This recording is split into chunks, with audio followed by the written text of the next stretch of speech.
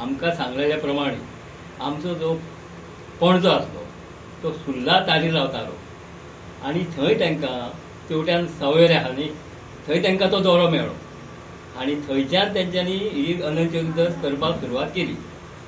आज आमची 5वी पिढी ही आमी अनंत चतुर्दश करता. तर आमी कितें करता आमकां तो दोरो मेळ्ळो न्ही तो दोरो पुजा जाल्या उपरांत विसर्जन करता म्हणजे तो दान करता आमी ब्राह्मणाक. तो व्हरून मागीर तो विसर्जन करता जावं न्हंयेन सोडटा जावं कोणाकूय दिता जाय तें आमकां खबर ना पूण दान करता आमी ताका मागीर तेणें तें सोडप जावं कितेंय करप असो म्हणून आमकां तो मेळ्ळो. आनी कितली वर्सां जाली आतां म्हाका सांगूंक कळना म्हणजे म्हाज्या 5-6 वयर गेली आसतली ती आतां आमची 5वी पिढी. 5वी पिढी बरोबर. हय पळय. तो गणपती कितले दीस आसता? गणपती आमचो 1.5 दीस. ताच्या उपरांत मागीर तुमी तयारीक लागता अनंत चतुर्दशी. अनंत चतुर्दशी तयारी रावता. कशी आसता सादारण तयारी? आं तयारी कशी आसता? 14 हे आसता. 14 फळां ती हेजी पडटा फराळ म्हणून करता. सगळे जे आसता न्ही ते कितें म्हणटा तेका तो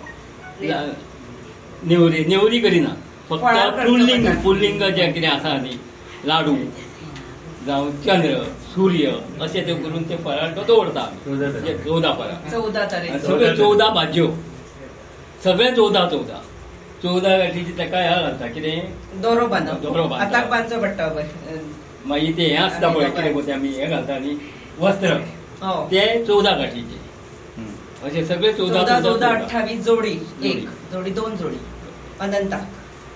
आता ही तुम्ही 5वी पिढी तुम्ही करता तुम्ही सगळे जॉईंट फॅमिली सगळे हांगाच रावतात?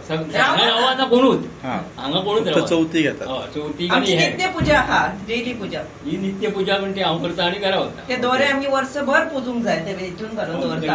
हे आतां आमी बांदले न्ही ते डबीन घालून दवरतले तेची वर्षभर पूजा करप आणि मागीर ते बांदून परत दुसऱ्या वर्षी विसर्जन करप. या कथेचं असं महत्व सांगितलं गेलंय की पुरातन काळी जेव्हा युधिष्ठिर आणि पांडव त्यांनी पहिल्यांदा हे व्रत श्रीकृष्णाला विचारलं तर त्याची कथा अशी आहे की त्यांनी जेव्हा जरासंध राजा होता तो त्या काळी भरपूर प्रभावाने मोठा होता त्याला पराभूत करून त्याच्यावर आपलं विजय मिळवावा म्हणून युधिष्ठिराने श्रीकृष्णाला विचारलं की असं कुठलं व्रत आम्ही केलं तर आम्हाला त्याच्यावर विजय मिळेल.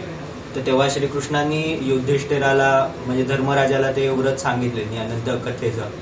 तर अनंत पूजेचं कथेचं किंवा आपण पूजा कशी करावी हे त्यांनी सांगितले.